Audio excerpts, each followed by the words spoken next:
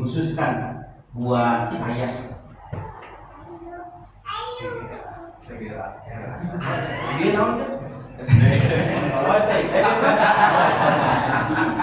Tes konsentrasi. Oke, Al-Hidayah. Alhamdulillah. Sebelumnya saya ucapkan terima kasih Ustaz sudah meluangkan waktu di tengah-tengah kesibukan Ustaz. Gimana tadi perjalanan Ustaz? Lancar? Dari mana sih? Dari Cileunyi. Rumah di Soreang, Ke Cileunyi. Hadir untuk buat istri. Terima kasih Ustaz sudah hadir di tengah-tengah kami. Tak lupa juga terima kasih untuk ayah semua dan juga buat guru-guru yang memang diagendakan di tahun ini ada parenting khusus buat ayah.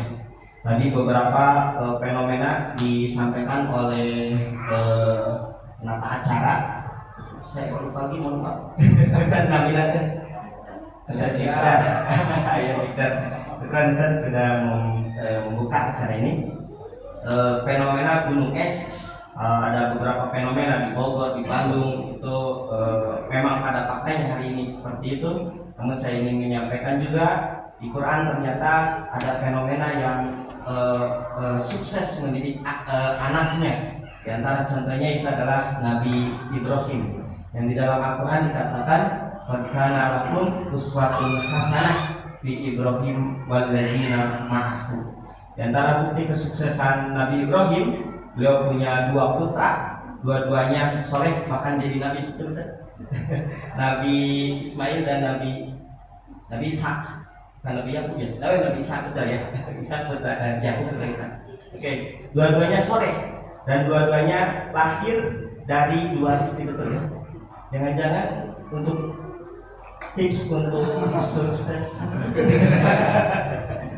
enggak atau gimana ini? Nah, insyaallah nanti akan disampaikan lebih jauh bagaimana tips, trik dan lain sebagainya sukses mendidik anak untuk jadi soleh. Karena saya yakin kalau setiap ayah orang tua pada umumnya ditanya ingin punya anak soleh, pasti semua jawabannya ingin. Tapi pada faktanya banyak orang tua dalam tanda petik gagal mendidik anaknya. Tadi sudah disampaikan contoh-contohnya, akan saya baca di beberapa artikel.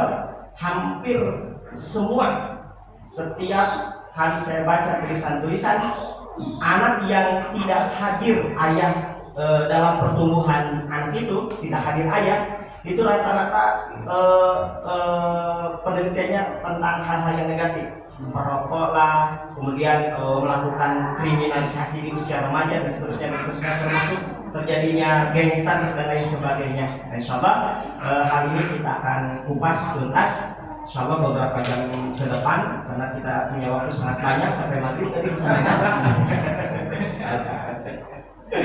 Barangkali itu saya pakai pendahuluan saja. Silakan Ustaz untuk selanjutnya bisa memberikan ilmu kepada kami seluas mungkin. Silakan bebas mangga.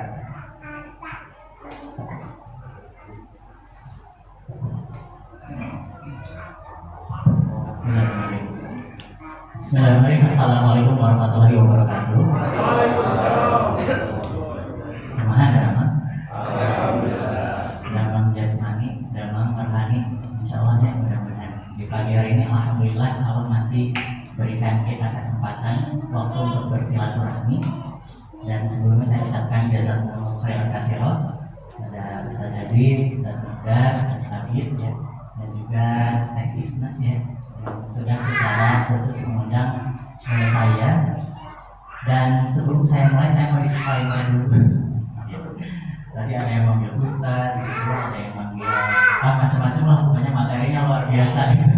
Sebetulnya bukan tersendiri ya untuk saya menyampaikan materi. Namun demikian, saya ini bukan pakar parenting, Bapak Ibu. Saya ini bukan seorang psikolog, saya ini bukan siapa-siapa. Saya yang pertama hanya seorang ayah dari 2 orang anak, dan mungkin dipercaya untuk diundang karena saya juga sedang merintis sekolah yang notabene kaitannya dengan dunia pendidikan, didik mendidik gitu ya. Jadi mungkin di sini saya sharing saja Jadi kalau kata Imam Syafi'i mungkin qad yujadu fil nahri ma la yujadu fil bahri. Sebenarnya ustaz-ustaz gitu ya, saya juga merasa bahwa ilmu saya belum sebanyak ustaz-ustaz yang ada di sini. Tapi barangkali gitu ya, kata Imam Syafi'i qad yujadu fil nahri ma la yujadu fil bahri. Barangkali di sungai itu ada sesuatu yang mungkin bapak-bapak tidak juga temukan di laut, ambil yang baiknya, buang yang buruknya gitu ya. Nanti saya mungkin akan juga cerita beberapa rangkuman pengalaman hasil belajar saya yang itu dikristalisasikan dan coba saya praktekkan di rumah, kemudian juga diduplikasi bersama di sekolah gitu ya. Karena memang tantangan terbesar ketika kita mendidik anak adalah bagaimana ketika kita sudah bisa menyamakan ya frekuensi gitu ya, menyamakan visi, misi, frekuensi. Apalagi kalau kita sebagian pendidikan kita delegasikan sekolah, maka itu ada proses di mana dua lingkungan yang berbeda gitu ya, minimal ya lingkungan terkecil itu nanti ada perbedaan-perbedaan dan juga harus ada kolaborasi yang kuat di antara keduanya. Jadi saya alhamdulillah melihat ayah-ayah di sini sudah hadir. Ini kalau saya lihat di tahapannya itu sudah di tahap mau gitu ya. Nah tapi wallahu alam nih, maunya ini ada yang betul-betul 100% datang sendiri gitu ya. Karena ini saya sharing pengalaman saja gitu ya, di parent atau parenting di sekolah itu ada juga yang ibu gusur ibunya benernya apa kan biasanya gitu ya. Jadi dipaksa ibunya gitu ya, dipaksa istrinya gitu ya. Tapi saya bilang gini, nggak apa-apa, terpaksa datang ke sini berarti terpaksa untuk masuk surga daripada sukarela untuk masuk neraka. Betul tidak Bapak Ibu? Jadi alhamdulillah Allah takdirkan kita bertemu, berarti kita sefrekuensi. Sefrekuensi kenapa? Karena Allah mempertemukan orang itu dengan ibarat seekor burung itu akan berkumpul dengan bulu yang sama. Jadi kita bersama di sini, siapa yang menakdirkan? Allah Subhanahu wa Ta'ala. Bukan hanya karena kita mau datang dari rumah, tapi Allah sudah skenariokan bahwa kita diberikan misi, yaitu membangun peradaban yang lebih baik dimulai dari keluarga kita. Baik, ayah-ayah sekalian, dan harus diperkenalkan tadinya bisa gitu, bila gitu. Ketika saya diundang ke sini, saya tidak pernah menolak. Yang pertama karena ada alasan historis gitu ya. Jadi hati saya itu terpaut juga di sini gitu ya. Dan salah satunya adalah almarhum Ustaz Eka pernah bilang. Terus salah satu ayah saya juga gitu. Artinya secara emosional, secara kedekatan dengan al-hidayah ini, mau apapun agendanya, kalau saya memang pas waktunya pasti datang gitu ya. Karena beliau adalah salah satu guru saya juga yang mengajarkan saya bagaimana menjadi seorang yang dewasa, menjadi seorang laki-laki dan menjadi seorang ayah yang baik gitu ya. Dan turut berduka cita juga kemarin salah satu ulama juga ya diwafatkan Allah Subhanahu wa Ta'ala, dan mudah-mudahan Allah mengampuninya sama ulama ibadah dan Allah melakukan kuburnya Ustaz ya alhamdulillah. Baik, menyambung tadi yang diutarakan Ustaz Mikdar, Ustaz Aziz, kemudian Kak Isna gitu ya. Itu ada tentang kata-kata soleh dan bahagia.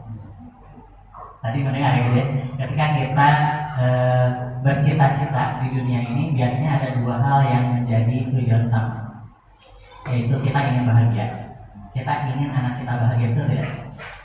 Kita ingin soleh dan kita ingin anak kita soleh, betul tidak? Ayah-ayah. Nah, pertanyaan saya, bahagia itu diusahakan atau diberikan? Itu sama pertanyaan dengan soleh itu diusahakan atau diberikan? Diusahakan, bisa deh, misalnya. Boleh berbeda pendapat, tidak ada yang benar salah, ini bukan ujian ya. Ayo. Bahagia itu diikhtiarkan, diusahakan atau diberikan?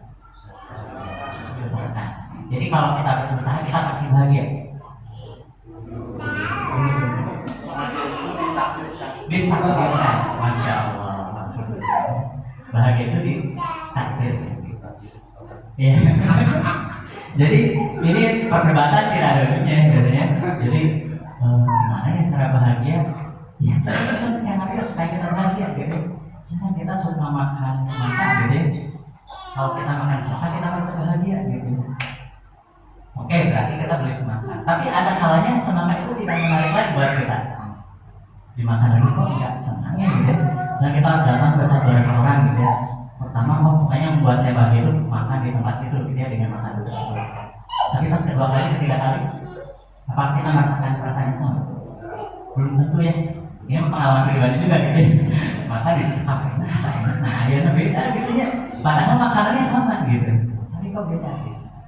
Atau kita berupaya seoptimal mungkin tadi misalnya gitu ya, membuat anak kita soleh apapun kita lakukan gitu ya. Termasuk mungkin kalau kita contoh Nabi Nuh orang soleh apa? Tapi anaknya itu menjadi renungan kita bersama ya, termasuk diri saya. Jadi sebetulnya soleh itu kita tentukan atau itu sebetulnya sesuatu yang kita tentukan. Nah, mari kita lihat dalam Al-Quran salah satu contoh tentang bahagia dan sedih. Dalam Al-Quran disebutkan huwaladzi adhaka, dialah yang membuat kamu tertawa dan dialah yang membuat kamu nangis. Di titik ini berarti mindset kita sedih, bahagia itu kita upayakan, skenariokan, atau Allah yang berikan. Soleh itu Allah yang berikan atau kita yang tentukan. Kalau hanya kita yang menentukan, kurang soleh apa Nabi Nuh? Berarti dong ini ada yang salah gitu ya. Betul ya? Jadi yang pertama itu. Terus yang kedua, kita sering membuat planning, rencana gitu ya. Kalau saya ini, wah saya bakal begini, wah kalau depan saya bakal begini. Apakah kenyataannya dengan rencana yang kita lakukan atau kita buat selalu mencapai target? Belum tentu. Aku nggak usah ikhtiar kalau gitu kan, gitu ya, itu kan pemikirannya gitu. Nah, bahagia itu kita tadi sepakat bahwa kumaha Allahnya, tapi Allah juga menentukan sunatullah, betul tidak? Matahari terbit di timur, tenggelam di. Apa yang terjadi jika matahari menolak perintah Allah, tidak sesuai ketentuan Allah? Bahagia nggak matahari? Tidak. Dia akan mungkin bertabrakan dengan planet-planet kiamat gitu ya. Nah, jadi sesungguhnya bahagia itu adalah mengikuti ketentuan Allah apapun yang terjadi. Kalau kita sudah mengikuti ketentuan Allah, hasilnya sesuai, kita bersyukur.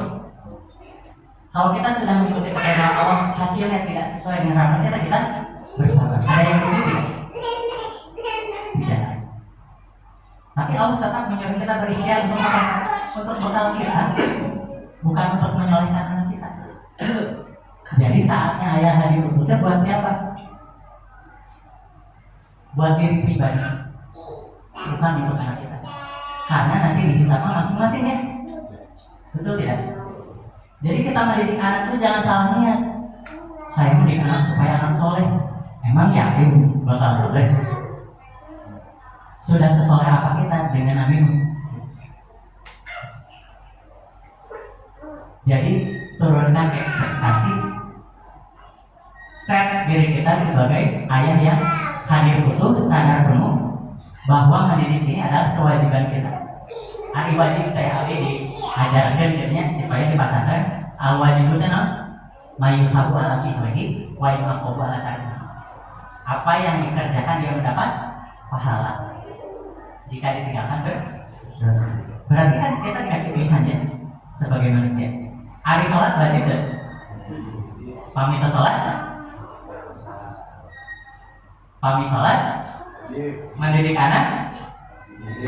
Pamit ditinggalkan. Tapi kenapa mindset kita mendidik anak itu tidak wajib? Tapi merasa berdosa ketika meninggalkan sholat. Tapi ketika meninggalkan mendidik anak, kamu ibu, mau ibu, gitu kan? Beda mindsetnya. Kenapa? Berarti ada sesuatu yang salah di situ. Pemahaman kita yang itu harus kita tahu. Jadi sama perintahnya itu kan, ya ayyuhalladzina amanu qu anfusakum wa ahlikum nar. Jagalah dirimu dan keluargamu dari api neraka. Apa maknanya? Adibumu mu'alimu. Didiklah anakmu takdir ya dengan adat, dan alimum didiklah dengan ilmu. Takdir dan takdir. Berarti kan mendidik anak ini sama dengan kita mengerjakan sholat. Kalau ditinggalkan itu kita mendapatkan dosa. Karena dua-duanya amar perintah. Nah itu mungkin yang bisa menjadi renungan kita bersama. Mengapa ayah harus hadir utuh. Adapun nanti ada penelitian tadi yang disebutkan, termasuk saya juga nanti menyampaikan bahwa itu adalah tambahan motivasi kita gitu ya, untuk supaya secara sunatullahnya kalau ayah ini mengupayakan yang terbaik gitu ya, Allah pun gitu ya melihat ikhtiar kita gitu ya, sesuai dengan kadar yang kita lakukan. Kita punya basis ilmunya gitu ya, dari Al-Qur'annya seperti apa, dari hadisnya seperti apa, dari penelitiannya juga secara ilmu dunia itu seperti apa. Jadi sepakatnya kita akan hadir untuk ayah-ayah insya Allah. Kepada Gaza adalah aja ayah nama gitu.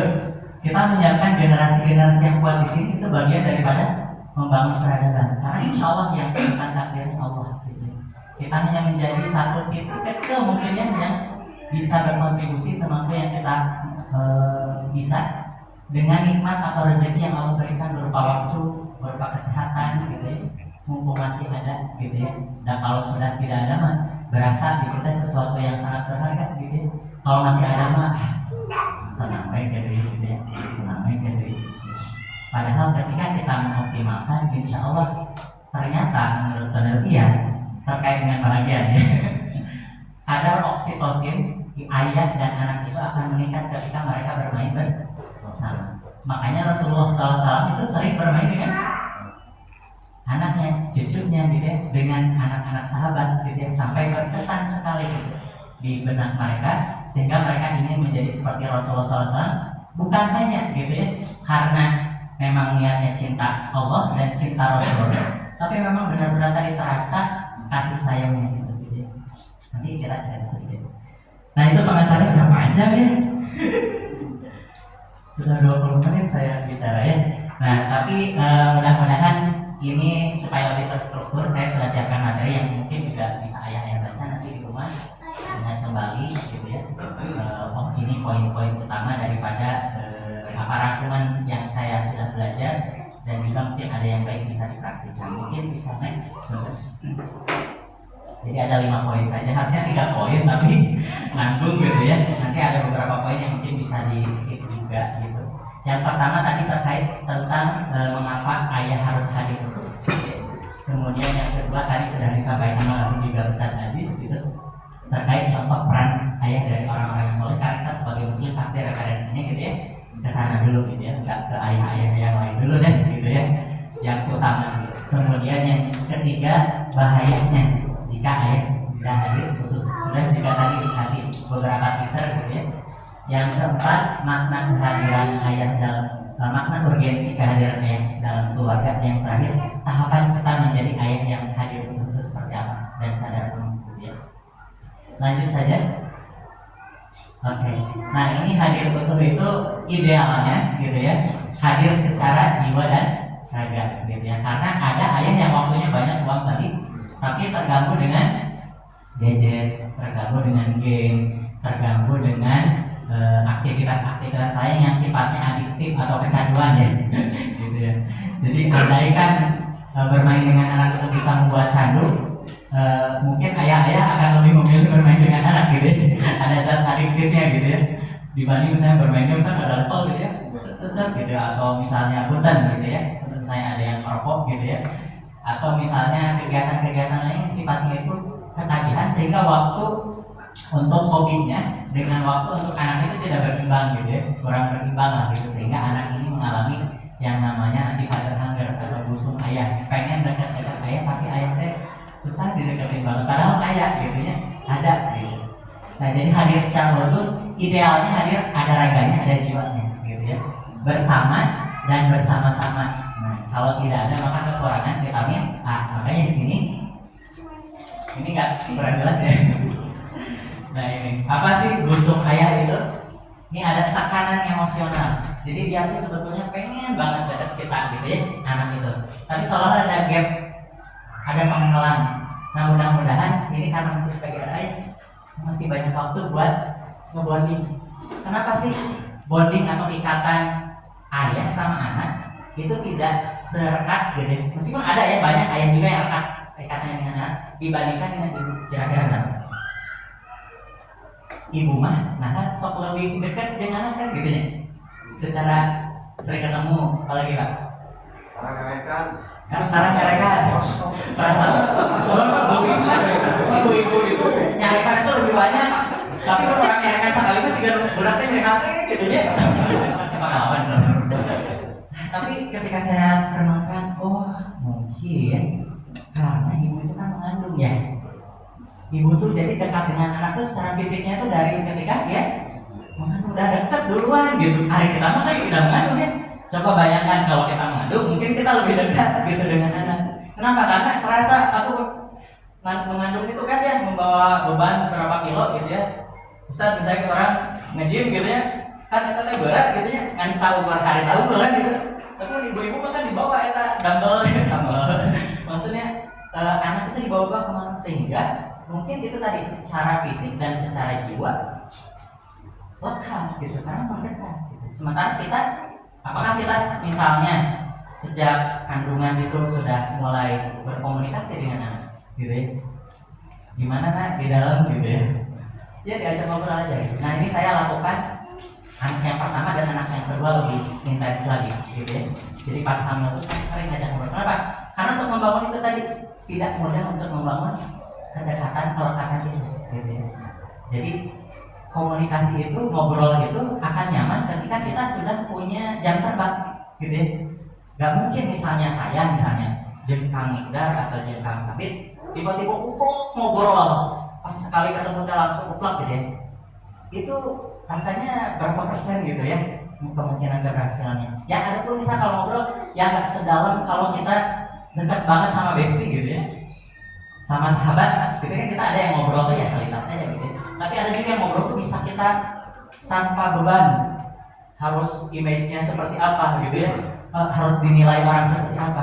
Pokoknya mau ngobrol gitu ya, apapun itu, mau yang penting mau yang nggak penting gitu ya, mau ngobrolin sepak bola gitu ya, Persib gitu ya, maupun ngobrolin apa yang lain gitu. Jadi kedekatan ini memang ada challenge buat ayah atau tantangan karena kita kalah start gitu sama ibu-ibu, karena ibu-ibu itu udah dekat duluan, sehingga kita perlu proses memang. Tidak bisa ujuk-ujuk sama anak itu bisa uplok ngobrol, anak juga curhat apapun yang dia alami.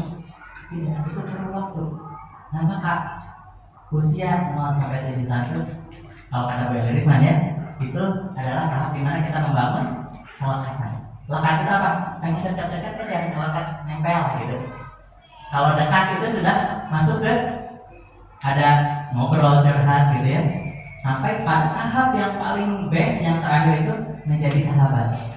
Sudah nggak peduli dong kalau kita mau bicara A, B, C, D, pasti sebagai sahabat itu dia tidak akan sakit hati gitu ya. Terus dia pasti tahu kondisi yang terburuk dan terbaik kita gitu ya, dan sudah bisa saling menerima apa adanya gitu ya. Tidak saling menuntut gitu. Karena sudah dasarnya adalah cinta, saling sama-sama dekat dan sama-sama cinta gitu. Nah jika ayah tidak lagi butuh, maka anak ini akan merasakan tekanan emosional yang tadi pengen sebetulnya sama ayah ngobrol gitu ya. Nah ini bisa kita rek pengalaman kita aja, saya pribadi gitu ya, atau ayah-ayah di sini. Seberapa dekat kita dengan ayah kita sendiri? Seberapa nyaman kita berada di dekat ayah? Itu jadi indikator yang simpel, sederhana. Kalau kita nyaman dekat-dekat dengan ayah, berarti kan dibangun nggak setahun 2 tahun ya? Ada anak yang sama ayahnya itu sampai saya lihat di Instagram tuh bisa main macam-macam bersama, karena ayah tuh udah kakek-kakek ya. Terus si anaknya itu udah ya seumuran saya mungkin, main gendong-gendongan gitu ya sama ayahnya itu. Dekat sekali seperti ketika seorang ayah dekat dengan anaknya di waktu kecil gitu. Jadi itu kan dibangun nggak sebulan 2 bulan, saya yakin gitu ya.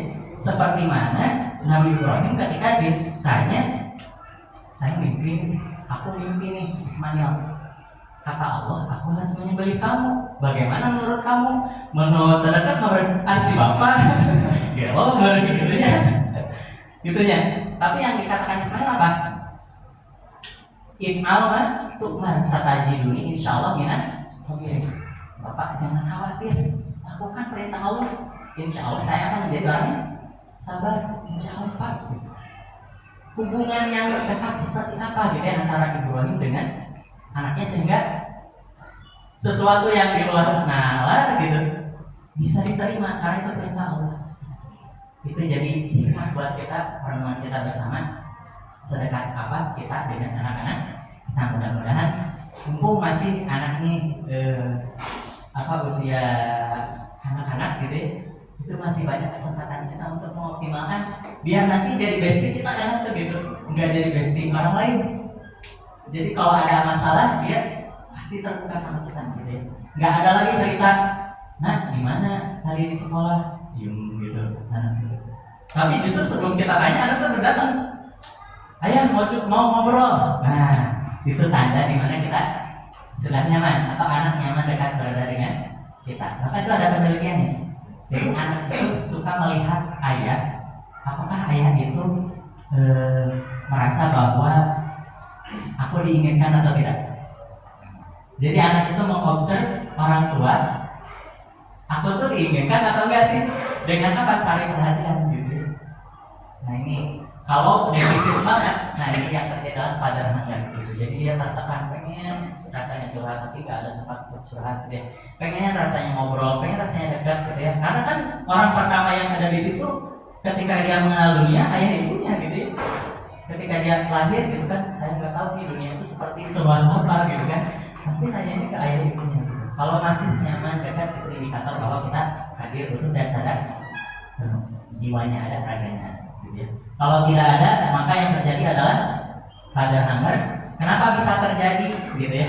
Nah biasanya nanti ada ayah yang kurang aktif ya. Jadi faktor-faktornya itu ayahnya kurang sadar, kurang aktif dalam rumah tangga. Kemudian juga sosok ayah yang abusive. Abusive itu apa ya? Melakukan kekerasan gitu ya, baik itu secara verbal, kata-kata ataupun secara fisik ya. Alhamdulillah ya. Kalau secara fisik mudah-mudahan sudah tidak ada yang ya dalam rangka menyakiti anak gitu ya. Jadi bedanya tegas dengan keras ya, yang itu kan biasanya dipersepsikan seseorang yang tegas ya. Tapi tegas itu beda dengan keras gitu. Kalau tegas itu ada tujuannya gitu ya. Ada proses pendidikannya sesuai dengan kemampuan anak gitu ya. Dan anak diberi aba-aba dulu gitu ya. Kalau kita tiba-tiba misalnya menghukum anak tanpa anak sudah tahu itu benar dan salah, itu bukan tegas tapi kita keras gitu ya. Jadi tiba-tiba anak itu dihukum, kenapa kamu ini? Padahal belum ditanya, anak itu tahu nggak itu benar atau salah gitu ya. Ternyata dia belum tahu, belum diajarin. Nah, kita yang nanti ditanya oleh Allah, kenapa kamu belum ngajarin gitu ya. Nah itu jadi ada ayah-ayah yang abusive karena mungkin banyak faktor ya. Ada yang karena ya turunan juga dulunya suka dipukul. Nah ini pokoknya efektif gitu ya dalam rangka mendidik anak ya, tapi belum tentu untuk anak kita gitu ya. Dan itu kita koridornya ya Al-Quran Sunnah aja gitu ya. Boleh memukul itu kan tidak boleh menyakiti ya. Dan itu juga untuk hal yang syar'i gitu kan. Itu tahap terakhir lah gitu ya. Kalau misalnya anak itu udah gak bisa diapa-apain lagi gitu. Kemudian ayah kecanduan hal tertentu. Nah ini tadi waktu ayah itu sebetulnya saya yakin banyak gitu ya. Tapi dari porsinya itu berapa yang kita berikan untuk anak kita. Sementara kita ingin anak kita bahagia dunia dan akhirat, tapi gak mau memberikan waktu ya. Itu mah bermimpi di siap bolong lah gitu ya. Ingin anak soleh gitu, tapi kita tidak ada perannya sama sekali, ya itu mah mimpi aja gitu. Kemudian lahir dan tumbuh dari orang tua tunggal bisa jadi challenge-nya ya. Kalau orang tua tunggal kan pasti lebih stressful ya, lebih ada tekanan gitu karena peran ibaratnya kalau suami istri salah satu peran yang nggak ada itu jadi nempel di yang pasangan yang ditinggalkan gitu ya, atau misalnya nauzubillah misalkan bercerai gitu ya. Nah itu juga ada tantangan tersendiri. Meskipun tidak semua yang single parent anaknya seperti itu tadi ya, karena soleh atau tidak anak itu ditentukan oleh Allah Subhanahu Wa Taala gitu ya. Tapi upaya optimalnya ya buat orang tua itu. Kemudian orang tua percaya oke. Ya, jadi mudah-mudahan kita bisa mengoptimalkan kita butuh jiwa dan raga. Butuh itu tidak kurang. Ya, jadi gimana cara melihat kurang atau tidaknya? Tadi indikatornya anak nyaman nggak berada dengan kita. dan dia mau mengobrolkan apapun yang dia mau tanpa harus merasa terbebani gitu ya. Oke, next. Kita agak sedikit ini aja ya. Oke, ini landasan mengapa ayat perlu hadir utuh. Yang pertama tadi, bahwa setiap perintah Allah itu wajib. Wajib itu dikerjakan mendapat pahala, ditinggalkan mendapat dosa. Jadi mendidik itu kita samakan frekuensinya, bahwa sama dengan sholat wajibnya. Nanti prakteknya seperti apa? Kita belajar bersama, gitu ya. Kayak sholat kan, tahu wajib, tapi kan kita belajar dulu ya. Sholat itu dari takbiratul ihram dan seterusnya, gitu ya, sampai salam. Kita belajar dulu dong, gitu ya. Sama mendidik anak juga ada proses belajar yang tidak bisa tiba-tiba hari ini belajar sholat, besoknya langsung hafal seluruhnya bacaan anak-anak, nggak mungkin ya. Pasti ada tahapan doa iftitahnya dulu dihafalin kan, gitu ya. Praktekin dan seterusnya sampai tanpa harus mikir lagi, sholat itu sudah hafal, paham gitu ya, dimaknai, diresapi dan seterusnya. Nah, sama. Jadi di dalam Al-Quran disebutkan surat At-Tahrim, ya ayyuhalladzina amanu qu anfusakum wa ahlikum nar. Ini perintah loh gitu ya. Jadi kita laksanakan. Kenapa harus kita melaksanakan perintah? Kayak tadi, matahari itu disuruh terbit dari timur, tenggelam dari di barat. Kalau kita tidak melaksanakan ini, berarti kita menyalahi ketentuan Allah untuk bahagia, kurang lebih seperti itu. Mengapa kita merasa hubungan kita dengan anak itu tidak bahagia? Mungkin kita belum menjalankan ketentuan Allah ini sunatullahnya gitu ya. Barangkali gitu, sebagai evaluasi kita. Perannya apa? Qawam, mu'alim, dan mu'alim gitu ya. Qawam itu ya sesuatu yang qaim, tegak gitu ya. Sesuatu yang akan diikuti gitu ya. Kalau dia mencong, maka bayangannya juga mencong. Kalau dia tegak, dia bakal tegak juga gitu. Seseorang yang berdiri di depan gitu ya. Apa bahasa Ki Hajar Dewantara? Ingarso sing dodo gitu ya. Terus Lemburi Handayani gitu ya. Jadi dia itu mau di depan, di tengah, di belakang, dia punya peran gitu ya. Dia menjadi teladan, dia menjadi seseorang yang bisa berjalan bersama gitu ya. Dan dia juga memiliki sisi-sisi guru gitu ya, diguru dan ditiru gitu. Bukan hanya kita memerintah, tapi juga kita memberikan teladan gitu. Di perusahaan juga sama ya. Kita ingin misalnya menerapkan satu kebiasaan khusus gitu ya. Misalnya di sini ada absen misalnya, atau kita di satu organisasi itu ingin menerapkan setiap orang yang datang ke kantor itu harus absen lewat aplikasi. Kira-kira kalau pegawainya wah pada ini nyobain gitu ya, ada yang nyobain, ada yang enggak gitu ya. Itu kira-kira yang paling efektif itu gimana? Supaya semua orang itu ngabsen di aplikasi.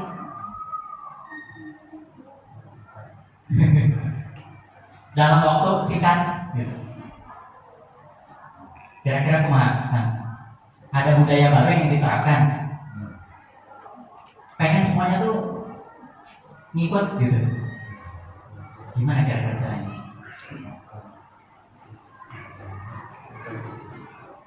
Nah, kalau di tempat saya bekerja gitu ya dulu. Jadi ini ada satu direktur, dia tuh pagi-pagi motoin dirinya gitu ya, di layar. Dan di layar itu ada daftar. Kalau sekarang kan udah ada flexible working dan seterusnya. Tapi di organisasi yang dia ingin membangun budaya itu bagus gitu. Dia foto aja cek gitu ya. Dia nomor 1 cekin, kirimkan WA grup WA. Besoknya nggak ada yang telat, nggak ada yang nggak cekin. Padahal tidak bicara yang wah manfaat cekin ada bla.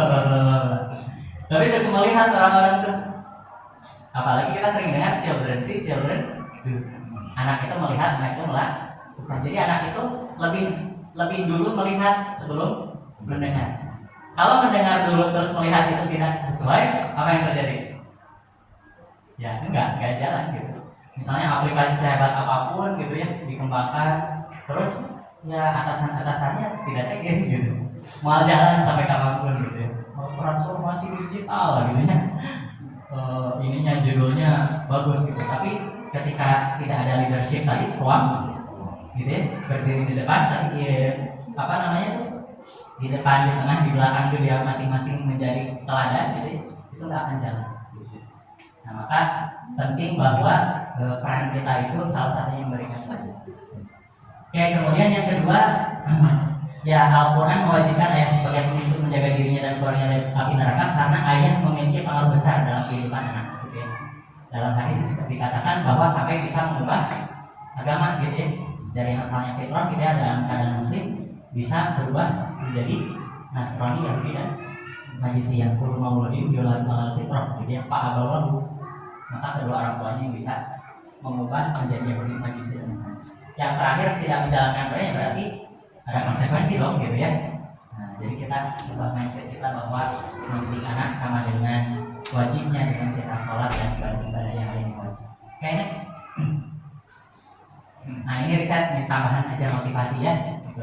Ternyata peran ayah itu signifikan dalam menurunkan tingkat kenakalan dan kejahatan pada masyarakat. Jadi kalau sekarang kita di Indonesia dipusingkan dengan berbagai masalah, gitu ya, tentang kenakalan remaja dan anak, gitu ya. Nah, secara sunatullahnya, gitu ya, ada peran ayah di situ yang berkontribusi, gitu ya. Jadi yang pertama, yaitu bisa menurunkan tingkat penyimpangan seksualitas. Jadi jelas antara laki-laki dan perempuan itu harus seperti apa, gitu ya, perannya. Kemudian juga jelas bahwa sebagai seorang muslim dan muslimah itu harus seperti apa. Jadi tidak bingung identitas. Jadi, karena ayah ini lebih didengarkan daripada ibu, gitu ya. Kan ayah mah jarang ngomong, tapi sekali ngomong berkesan, gitu ya. Mau yang baik, mau yang buruk, gitu ya. Dua-duanya itu. Makanya di dalam Al-Quran juga dijelaskan ya bahwa banyak dialog ayah dengan anak. Kenapa? Karena saking pentingnya ketika ayah berdialog dengan anak, karena akan berkesan banget, gitu ya.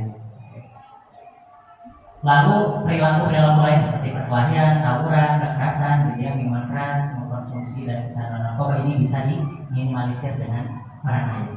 Karena ayah ini kan yang menunjukkan juga hitam dan putih, gelap dan terang, gitu ya, batas jelasnya di mana. Gitu. Kemudian perilaku sosial dan eksplorasi lebih kaya, gitu ya. Jadi anak lebih pede, anak itu bisa lebih pede bersosialisasi, anak itu bisa lebih pede dengan identitasnya jika ayah ini dekat dengan anak, gitu ya. Dan yang terakhir, membantu transisi anak-anak menuju dewasa, ya. Mendorong dewasa fisik dan secara mental secara seimbang dan selaras pada waktunya. Jadi kalau misalnya nanti anak nih menuju masa pubertas, gitu ya, mau mimpi basah dan kalau perempuan mau haid, gitu ya, itu perlu sosok yang mendampinginya, gitu ya. Jadi sebetulnya pendidikan seksualitas itu bukan hal yang tabu untuk anak, gitu ya. Bahkan di zaman Rasulullah SAW sendiri, gitu ya, pendidikan seksualitas itu ditekankan dan itu dilakukan secara di majelis itu ya ada tanya jawab ya, gitu, terkait dengan bagaimana kita membantu anak menghadapi hal-hal yang mungkin belum dia pernah rasakan dalam hidupnya, gitu ya. Termasuk di situ ihtilam, mimpi basah dan juga haid, gitu ya. Termasuk tanggung jawab yang sudah melekat di dalamnya, gitu. Ketika sudah balik itu seperti apa, ketika sudah mimpi basah dan juga haid itu apa hak dan kewajibannya, gitu ya, dan seterusnya dan seterusnya. Oke, next. Itu dari Amerika ya. Nah, ini juga dalam Al-Quran ternyata dialog ini menurut penelitian Sarah binti Halil ya, ini di Universitas Ummul Qura, ini sering dibahas oleh Ustaz bin Wijaya Rahman, gitu ya, sebagai salah satu bukti bahwa dialog kita dengan anak itu akan sangat membekas dengan anak, gitu ya. Karena di dalam Al-Quran juga dari 17 dialog antara orang tua dengan anak itu 14-nya banyak dilakukan oleh ayah, termasuk Luqmanul Hakim, termasuk Nabi Ibrahim, termasuk Nabi Yakub, gitu ya, dan seterusnya nanti bisa dibaca sendiri. Oke, jadi udah kurang apa lagi sih, gitu ya, motivasi kita untuk mengoptimalkan sama-sama belajar jadi ayah yang terbaik, gitu ya, jadi ayah berjuang. Next. Nah, kalau disimpulkan ya dari dialog-dialog itu, apa yang penting sih yang disampaikan oleh ayah kepada anak itu? Itu intisarinya itu ada terkait dengan keimanan, keislaman, dan juga adat atau akhlak, gitu ya. Jadi ketika Nabi Ibrahim berdialog dengan anaknya, apa sih yang dibahas, gitu ya. Nabi Yakub dengan anaknya, apa sih yang dibahas? Itu banyak itu tentang jangan sampai menyekutukan Allah, jangan sampai meninggal kecuali dalam keadaan muslim. Luqmanul Hakim pun pesan-pesannya adalah sama, keimanan kepada Allah juga, gitu ya, berbakti kepada orang tua, gitu ya. Jangan meninggikan suara, merendahkanlah kamu, gitu ya. Kemudian apalagi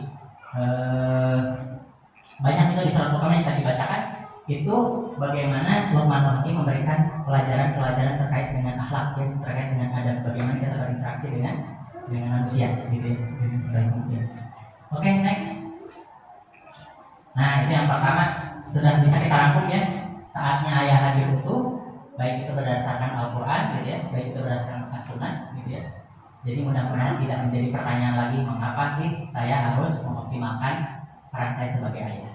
Oke, yang kedua, kita maju ke contoh. Nah, yang tadi ya, kita background sedikit.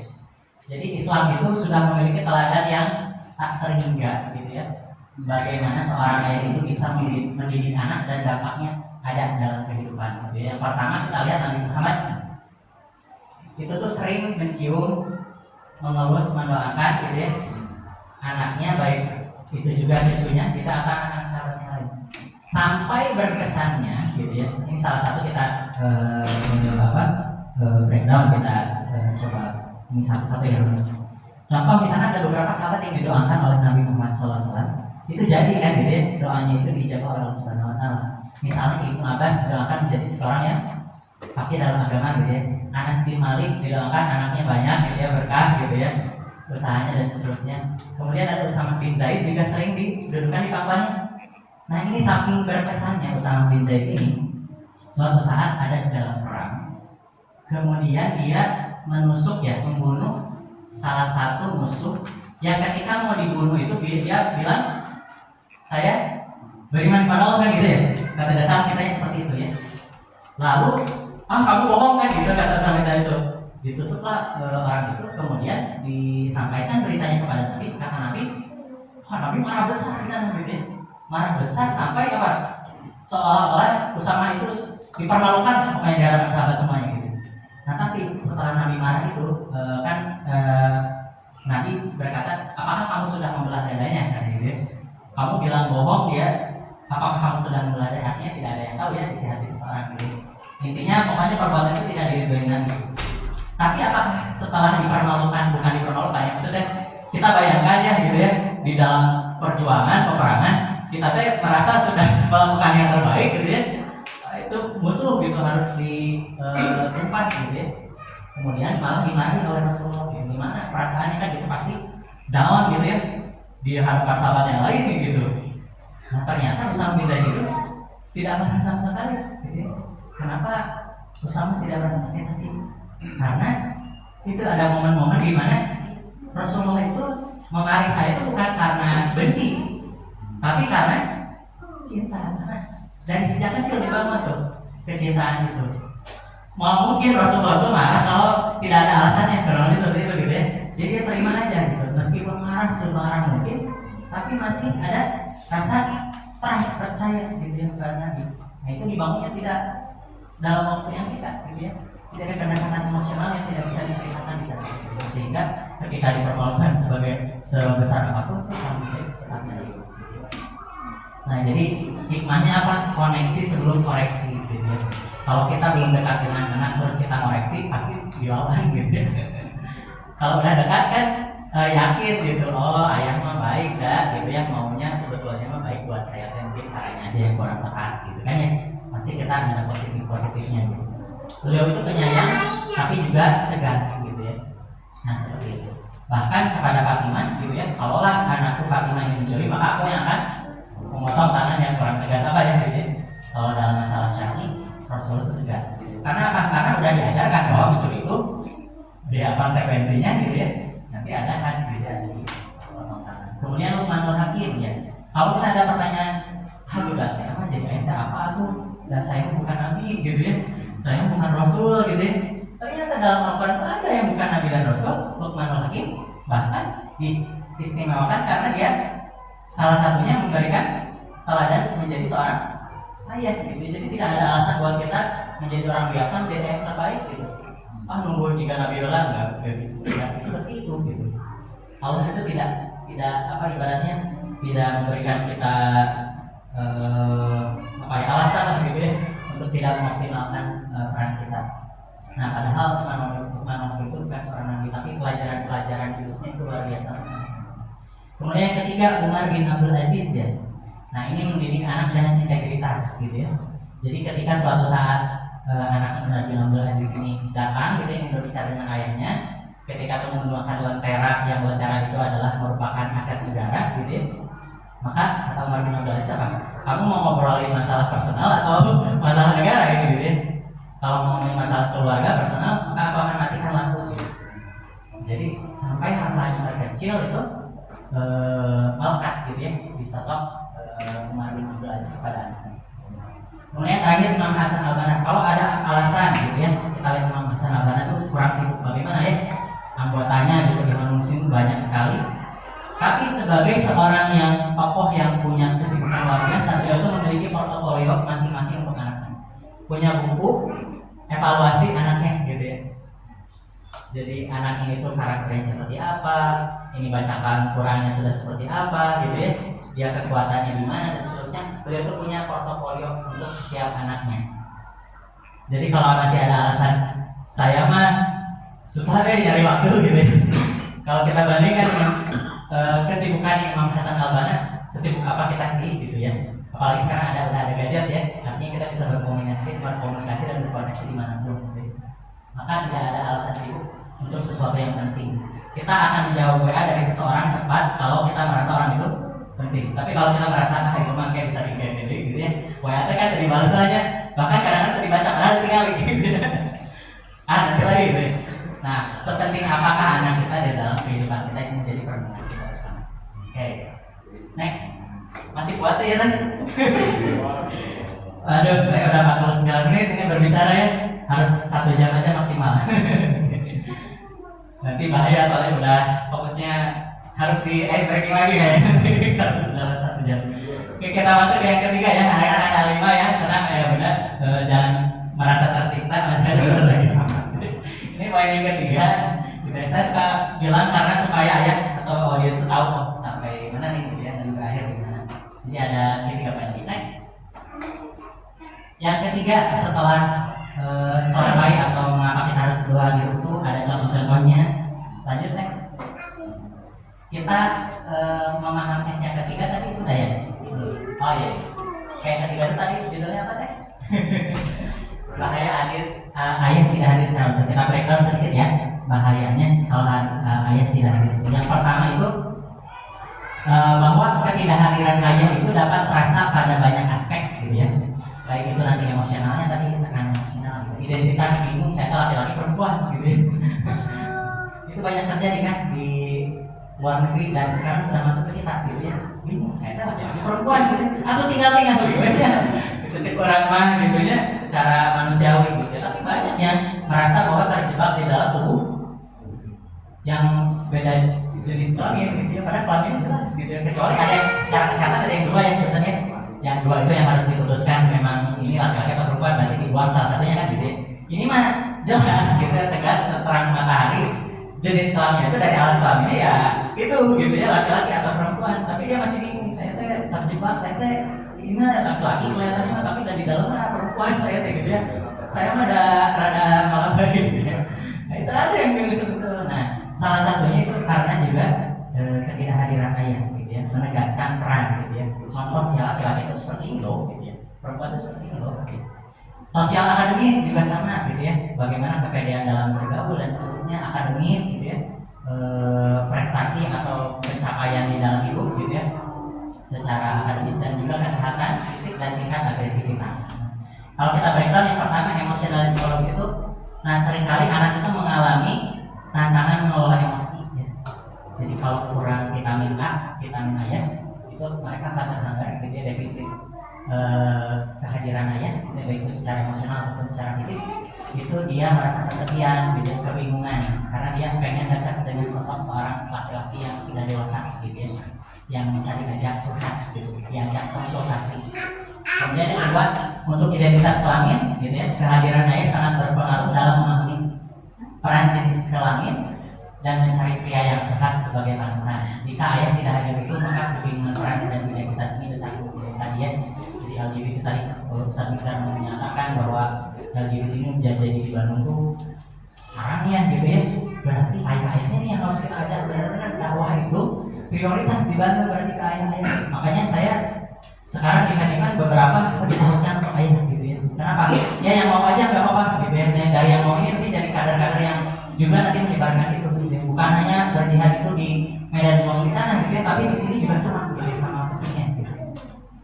Kayak yang ketiga, sosial akademis gitu ya.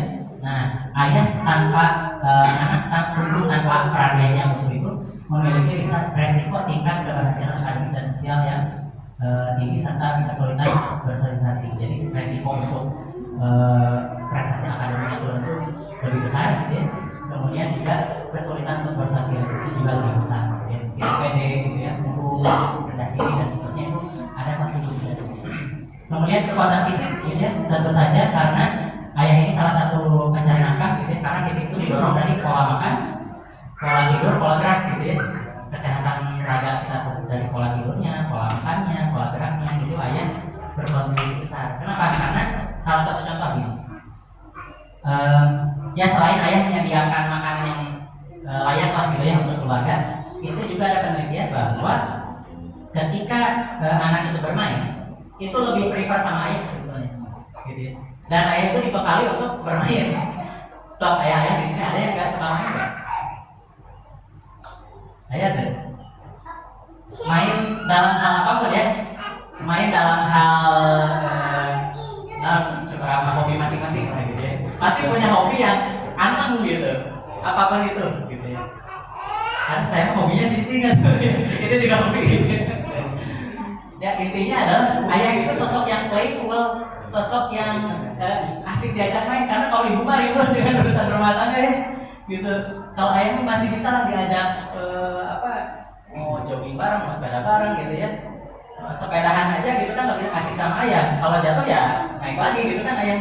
Kalau ibu mau jatuh, ulah lagi deh. Gitu. Tong diri ya gitu ya. Banyak ketakutan. Kalau ayah kan ambil resiko aja gitu ya. Rasakan gitu ya. Jatuh tuh kayak gitu. Kamu juga bisa. Ayah juga dulu kayak gitu. Ya. Jadi sebetulnya secara kesehatan fisik anak itu bisa lebih banyak gerak kalau kita ayah juga bisa. Amal hiking gitu ya, jogging atau ke taman nawon gitu ya, atau jajan ke warung mana bareng gitu ya. Tapi ada di sana itu nanti akan terbangun interaksi.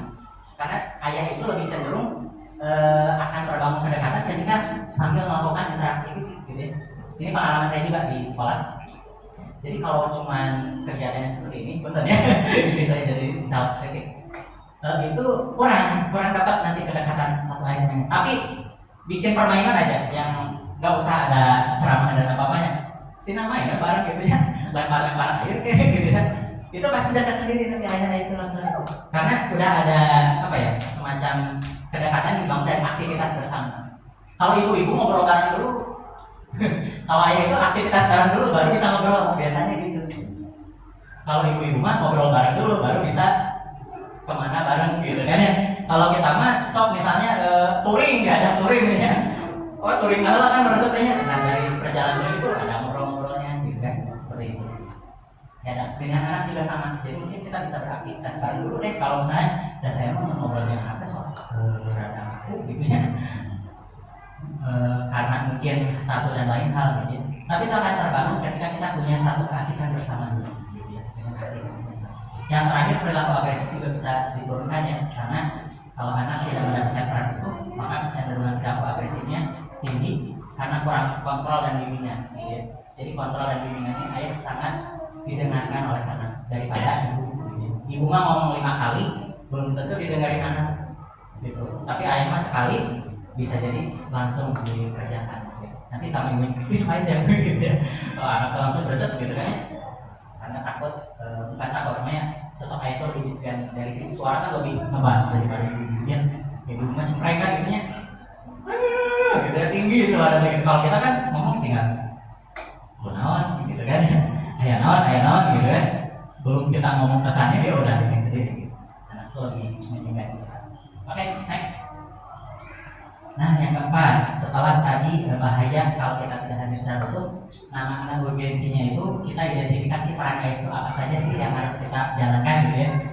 Setelah kita mau, kita identifikasi perannya itu sebetulnya kalau dibagi-bagi gitu ya. Kalau kita mau belajar menerapkan satu persatu, apa saja.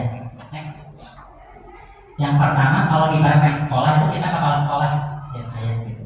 Kepala sekolah itu memang ada 3 tugas utama ya. Yang pertama menentukan tata jalannya gitu. Kalau kita mau pergi itu, kita ini keluarga mau dibawa kemana gitu ya. Keluarga perlu tahu gitu. Ibarat perjalanan rumah tangga ini berpuluh tahun kita jalankan gitu ya. Apa yang penting di keluarga ini? Apa yang harus kita raih dalam kehidupan dunia ini gitu ya. Dan kita tuh mau kemana sih nanti di akhirat tuh gitu, dengan membawa bekal apa? Itu harus dari sosok yang termasuk tadi dialog para nabi dengan anaknya. Ada satu bekal penting yang harus dibangun, yaitu bekal iman gitu kan. Itu kan penting gitu ya. Nah yang lain-lainnya itu menyusul gitu. Nah kalau orang udah soleh mah mau pinter, mau ahli gitu ya, dia tidak akan jadi seseorang yang merusak gitu ya. Tapi lain hal jika orang itu pintar, ahli, expert gitu ya, tapi tidak beriman, nah jatuhnya ya mungkin seperti Hitler gitu ya, seperti sekarang nih yang di Israel itu gitu ya, mereka kurang pintar secara gitu ya, tapi tidak ada kesalahan di dalam sehingga dia merusak gitu ya. Maka sebagai kepala sekolah buat visi misinya keluarga ini bukan berarti harus seperti perusahaan ya, tapi minimal ada sesuatu yang diingat oleh istri dan anak. Ini loh track kita gitu ya, ini yang boleh, ini yang tidak boleh. Nah kita mau ke sana gitu ya. Mari kita saling mengingatkan. Kemudian yang kedua, mensejahterakan karyawan. Jadi kalau di sekolah kan ada guru-guru, kepala sekolah yang memikirkan bagaimana guru ini bisa sejahtera gitu ya, dengan fasilitas-fasilitas yang ada dan juga fasilitasnya dilengkapi gitu ya. Guru akan mengajar dengan tenang kalau dia sejahtera gitu ya. Dan sebaliknya guru akan boring-boringan manakala dia tidak bahagia gitu ya, tidak dibahagiakan oleh kepala sekolahnya gitu. Jadi dampaknya itu dari istri ke anak gitu. Pernah nggak merasa Pak di rumah itu sumpah gitu ya, terkukuh begini karena hubungan kita dengan istri nggak baik-baik saja, dan itu teh mengaruh ke anak gitu. Hubungan istri dengan anak gitu ya sama persis, bahkan bisa jadi lebih gitu ya. Jadi semua jadi masalah. Pernah nggak? Ya, pernah, saya juga pernah mengalami gitu ya. Jadi artinya ketika hubungan kita dengan istri baik gitu ya, kita sejahterakan dia, bahagia, ke anak kita lebih lembut gitu ya. Semakin kita lembut ke istri kita semakin didengarkan anak gitu. Jadi ada pendelegasian di situ ya. Ketika hubungan kita dengan istri itu baik gitu ya, semakin lembut gitu ya, maka istri ke anak semakin lembut. Dan sebaliknya ketika kita semakin keras gitu ya, itu juga terasa ke anak gitu. Istri itu semakin keras sama anak gitu. Nah, jadi yang pertama sebagai kepala sekolah itu membuat visi misi, mensejahterakan karyawan baik itu lahir ataupun batin, dan mengapresiasi sebelum mengevaluasi gitu ya, gitu ya. Jadi kita kan kadang-kadang evaluasi itu pokoknya yang kurang itu dari bumi gitu ya, ABCD gitu ya, harapan ayah mah ada bumi kian-kian ya. Tapi kalaupun kita ingin menyampaikan sesuatu yang kita luruskan, maka dahulu dengan apresiasinya dulu. Ya begitu udah keren banget sih segini mah gitu ya, udah ini A, B, C, D 5 dulu disebutin gitu ya, yang bagus yang baru 1 disampaikan yang jelek gitu ya, meskipun ada 10 misalnya gitu ya. Saya yang kurang-kurangnya tuh 5:1 gitu, atau minimal 2:1 lah gitu ya, jangan sampai sama gitu ya. Jadi yang dipuji dulu, yang bagus-bagusnya dulu, baru yang kurangnya disampaikan terakhir gitu. Dia akan lebih menerima gitu.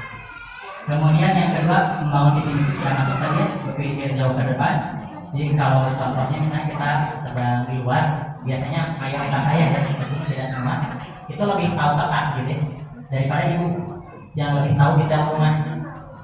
Ibu itu kalau di rumah tahu menyimpan barang di mana. Kalau kita kadang-kadang lupa ya detailnya. Tapi kalau peta di luar, jarak pandang luas, kita tuh visioner, tahu setelah jalan kita harus ke sini kanan kiri. Kalau ibu kadang-kadang baca Google Maps gitu ya. Si ibu masalah gitu kan, udah belok kiri tadinya, tapi dia 100 meter kene gitu. Tapi sambil jalan tuh udah harus belok gitu ya. Nah kayak gitu lah. Jadi ayat memang dibekali kemampuan spasial dan visual yang lebih banyak kelebihan di fisik ya, jadi itu di mata ataupun di fisik di kepala. Kemudian yang mencari makna hidup atau panggilan sebagai hamba Allah dan khalifah. Nah yang ketiga ini yang tak kalah pentingnya, supply ego, individualitas dan maskulinitas. Bagaimana punya prinsip, bagaimana punya identitas, dan punya jati diri sebagai laki-laki yang jelas gitu ya. Nah itu peran ayat. Nah ego ini bukan egois, artinya ego itu ada punya prinsip tadi gitu ya. Kalau misalnya anak ini disuruh melakukan keburukan, dia punya prinsip gitu ya. Karena dia tahu sosok ayah ini juga sosok yang punya prinsip. Pokoknya kalau benar itu dia pasti benar gitu ya, yang salah itu salah gitu. Termasuk nanti kalau perempuan itu digoda laki-laki lain ya. Kalau misalnya dia suplai ego dan individualitas yang cukup dari kita gitu ya, ada kepercayaan kepada kita, maka dia akan tidak mudah percaya dengan laki-laki yang gombal gitu ya. Kelemahan perempuan di telinganya. Jadi kalau dicoba dikorek kelemahannya sama laki-laki yang lain, oh enggak, aku punya cinta pertama kita dia, kata teksnya itu ayahku yang paling aku percaya gitu. Jadi kalau sebelum ini mah gombal gitu ya, pasti nanya ke ayah gitu ya. Ketika aku bertanya itu gimana sih ini, ya aku tuh sebetulnya ada yang disukai gitu ya, terus ada yang ada deketin gitu ya. Nah pasti si anak itu kalau terbangun kepercayaan pasti konsul sama ayah. Karena apa? Laki-laki yang paling pertama dia kenal siapa? Ayah kan gitu ya. Jadi harusnya dia bisa nanya tentang laki-laki itu ke ayah gitu, bukan ke yang lain gitu. Oke, dan yang terakhir supplier tegak iman karakter tadi gitu ya. Maka terkait dengan ketegasan, bagaimana Rasulullah juga mengajarkan ketegasan gitu ya. Bahkan kepada anaknya sendiri jika melakukan kesalahan, maka beliau sendiri yang akan menegakkan. Oke, itu 4. Next. Nah, tadi mah terkait perannya dapat gitu ya. Ini mah terkait dengan tahapan usia. Dalam hadis riwayat Al-Hakim, ini saya dapatkan hadis ini dari bukunya Ustaz Aceh Zakaria ya. Beliau bikin buku kecil yang Tarbiyatul Aulad. Saya pikir itu summary-nya dari Tarbiyatul Aulad Dr. Abdullah Nasibulwan, ternyata bukan, tapi beliau bikin judul bukunya itu mirip gitu ya. Tarbiyatul Aulad, kalau yang Dr. Nasibulwan itu judulnya Tarbiyatul Aulad fil Islam. Kalau Ustaz Aceh itu Tarbiyatul Aulad saja, bukunya Aceh hijau. Nah di sana ada satu hadis yang saya bahkan ini tidak temukan di bukunya Dr. Abdullah Nasibulwan. Jadi ada 3 tahapan mendidik gitu ya, yang sering disampaikan, tapi dasar hadisnya mana gitu. Nah ternyata ada di Ustaz Aceh gitu. Jadi pergi waladaka sabnan, kalau tidak salah ya, adibu sabnan, wasohibu sabnan. Jadi yang pertama adalah perhatikanlah hak-hak anak di 0 sampai 7 tahun pertama, termasuk gizinya, jangan sampai stunting gitu ya. Termasuk hak-hak anak ketika saat itu gitu ya. Jangan dulu kewajiban, sholat kan belum disuruh ya 0 sampai 7. Rasulullah SAW itu menyuruh anak melakukan kewajiban itu di usia 7. Baru dididik benar-benar tegas usia 10. Jadi 0 sampai 7 tahun kan tidak ada kewajiban syar'i buat anak. Dan belum dihitung ya, belum balik juga ya. Jadi 0 sampai 7 tahun apa yang didahulukan? Penuhi hak-haknya dulu. Hak bermain, hak gizi, hak tadi waktu ya, untuk kita berbicara dan seterusnya. Yang kedua, ketika itu sudah diberikan, ada kelekatan tuh nanti ya, ada kelekatan. Baru kita bisa di kedua memperkenalkan apa adab. Ini loh ya, 7 tahun sampai berarti tambah 7, 14 ya. Baru dikenalkan. Nah, kamu tuh kalau kesana bakal gini, kalau kesini bakal gini. Kata Allah dan Rasulnya ini yang benar, kata Allah dan Rasulnya ini salah. Mereka mulai belajar di 7 tahun kedua adibu. Jadi ajarkan anak. Jadi kenalkan, kalau secara penelitiannya anak itu sudah bisa diajak pikir kapan? Ketika dia sudah bisa membedakan kanan dan kiri, gitu ya. Tanya, mana kartu gitu ya, mana kanan, mana kiri. Nah itu udah bisa diajak dialog. Karena ngomongin adab itu harus dibangun dengan dialog, tidak bisa. Nah pokoknya kamu tidak boleh. Tidak. Bahkan Luqmanul Hakim di dalam tadi ya kan Ustaz Aziz menyebutkan contoh misalkan menyatakan bahwa kita itu harus beriman kepada Allah, jangan menyekutukan. Ada nggak alasan itu? Ada ya. La tusyrik billah inna syirka lazim. Ada penjelasannya. Tidak boleh menyekutukan Allah karena syirik itu adalah termasuk besar. Ada. Jadi dibangun logika berpikirnya, strukturnya di situ. Kalau aku melakukan A, maka aku tergolong pada B. Yang kedua, misalnya contoh wawasainal insana biwalidahi hamalatu ummuhu wahnan alamin. Di situ disebutkan kami wasiatkan kamu teh berbuat baik sama orang tua. Enggak stop di situ. Tapi ada penjelasannya apa? Hamalatu ummuhu wahnan alamin. Tahu enggak sih kamu ibu kamu tuh? Kan dia enggak tahu ya dulu dikandung. Tahu nggak sih kamu, ibu kamu, kenapa kamu harus berbakti sama kedua orang tua termasuk ibu terutama? Tahu nggak sih kamu dulu kamu tuh dikandung ibu gini loh, nonton bareng gitu ya, ibu hamil misalkan anu riwe gitu ya, itu bisa jadi satu bahan dialog. Maka adab ini tidak bisa kamu untuk sama ibu tuh jangan gitu dong, kalau pisahnya gitu ya, nggak bisa, harus dibangun strong why-nya. Nah Allah menyatakan dalam Luqmanul Hakim, makanya sebagai ayat yang the best gitu ya, itu membangun struktur logika berpikirnya. Kamu teh kalau tidak berbuat baik sama ibu, berarti termasuk orang yang tidak bersyukur gitu ya. Jadi pastikan kamu tuh berbuat baik sama ibu, minimal jadi orang yang berterima kasih gitu ya. Kamu teh sudah dikandung dikasih makan gitu ya, ibu kamu susah dan seterusnya gitu ya. Kemudian yang ketiga, maka 7 tahun terakhir gitu ya, itu kita perlakuan sebagai seseorang yang sudah dewasa gitu ya. Maka 7 tahun pertama itu kita ibaratkan sebagai raja gitu ya, dididik akan menjadi raja. Yang kedua itu tawar, maksudnya ini yang boleh yang tidak boleh gitu ya.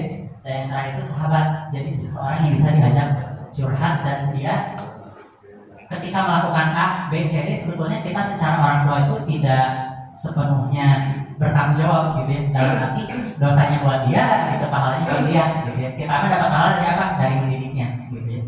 Jadi secara individu dia sudah matang, dan kita hanya sebagai sahabat gitu yang mendampingi bareng-bareng karena sama-sama dari dewasa gitu.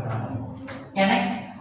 Oke, ini yang ada juga di Dr. Abdul Nasibuan. Kalau para ayah ingin lebih menggali lagi gitu ya, saya ya bisa dilanjut lewat dialog. Siap. Nah, ini terakhir nih, 2 slide terakhir. Jadi mangga kalau misalnya ingin mencari ya referensi, bisa dicari di buku Tarbiyatul Aulad fil Islam. Itu ada terjemahan berjilid. Aspek apa saja yang harus kita perhatikan ya, dari keimanan, moral, fisik, yang ada tadi, rasio, psikologi, sosial, dan seksualitas ya. Karena pendidikan itu bukan hanya tentang memberikan kognitif ya, tapi juga hal yang next. Nah ini kalau mau cari juga ada buku Fitrah Based Education karya Ustaz Hari Santosa ya. Kalau ini lebih ke tahapannya yang lebih detail lagi, sampai ke kegiatannya apa gitu ya. Next. Nah ini terakhir tahapan, next. Tahapannya ada 4. Jadi ayat yang di sini saya yakin sudah mau dan mungkin juga sudah mampu ya, dan mudah-mudahan sudah jadi perilaku gitu ya, sudah terasa. Tapi kalau kita mau urutkan tahapnya, yang pertama memang dari niat, yang kedua dari ilmu, kita belajar terus, baru kita bisa mampu mempraktekkan, dan terakhir mudah-mudahan itu menjadi perilaku dan keseharian kita yang dilihat oleh anak-anak kita. Demikian itu saja yang bisa saya sampaikan. Kurang lebihnya mohon maaf, yang benar datang dari Allah Subhanahu Wa Taala, yang salah mungkin dari saya. Aku berlada wassalamualaikum warahmatullahi wabarakatuh.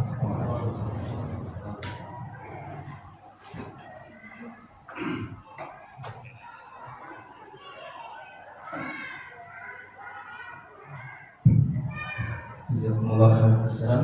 Nah, Ustaz yang sudah berkenan sharing terkait dengan kehadiran ayah secara utuh. Tadi sudah kita simak secara bersama bagaimana pentingnya dan juga dampak negatif yang ditimbulkan dari ketidakhadiran. Bahkan ternyata tidak hanya hadir tapi harus utuh, menjadi kalimat pengikat barangkali bagi kita ya. Nah, barangkali mohon maaf Ustaz, tadi saya agak potong di pengajaran kita. Barangkali tentunya ayah, para ayah ada hal-hal yang perlu dikonfirmasi, ditambahkan dan lain sebagainya. Namun tadi saya agak terus terbayang ya terkait dengan istilah hadar Langsung ayat atau defisit vitamin A. Dan saya bayangkan adalah jemuran. Hanger ya Mas. Nah barangkali tentu saja ada hal-hal yang perlu ditanyakan dari para ayah. Silakan untuk 3 penanya barangkali 3 penanya dulu. Kalau nanti masih ada waktu boleh kita tambahkan. Mangga silakan, dari siapa dulu? Oke, silakan. 1, masih ada? 2, 3 ya, barangkali cukup dulu. Silakan kepada ayah siapa, perkenalkan dan Assalamualaikum warahmatullahi wabarakatuh. perkenalkan saya Irfan, saya ayahanda dari Javier Sanggojadiana. Mungkin yang mau saya tanyakan Ustaz terkait tadi ada sempat tentang bagaimana kita mengajarkan fasilitas anak. Mereka anak kita kan baru mau 7 tahun Mas SD. Nah itu apa saja yang harus diinfokan kepada anak terkait nanti biar dia tidak ada misgender gitu. Terkait tadi juga dari Ustaz Bidar juga menemukan ada kasus tadi ini gitu kan. Ya saya sebagai orang tua juga takut ya, dia lupa nih saya laki-laki, saya perempuan. Nah untuk memperbaiki apa saja yang harus diterapkan dan juga bagaimana dia tahu bahwa identitas dia itu seorang laki-laki atau seorang perempuan. Mungkin begitu Mas. Terima kasih. Assalamualaikum. Satu-satu ya, biar fokus ya, siap. Karena kalau tidak suka lupa, Siap ya. jadi nanti diulang lagi gitu ya pertanyaannya. Biar agak efisien. Yang pertama, ini disclaimer dulu ya, Pak Irfan. Saya bukan pakar parenting, saya bukan psikolog, gitu ya. Saya juga bukan dokter tumbuh kembang anak, gitu ya.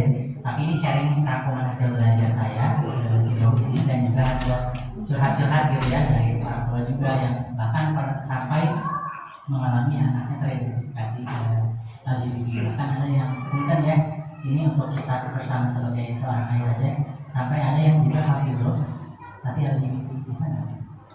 Bisa ada. Jadi hafizul itu bukan menjaga Al-Quran tapi menghafal gitu ya, tapi tidak masuk ke hati gitu ya, cukup masuk ke orang. Nah ini memang sesuatu fenomena yang perlu kita benar-benar jaga benar gitu ya. Jadi seorang itu melihat gitu ya, sebetulnya jadi seorang ayah itu jihad gitu. Dan terkait dengan pertanyaannya langsung ya, kita seksual itu pertama bahkan sebelum anak lahir harusnya kita itu mulai dari doa seperti nabi-nabi.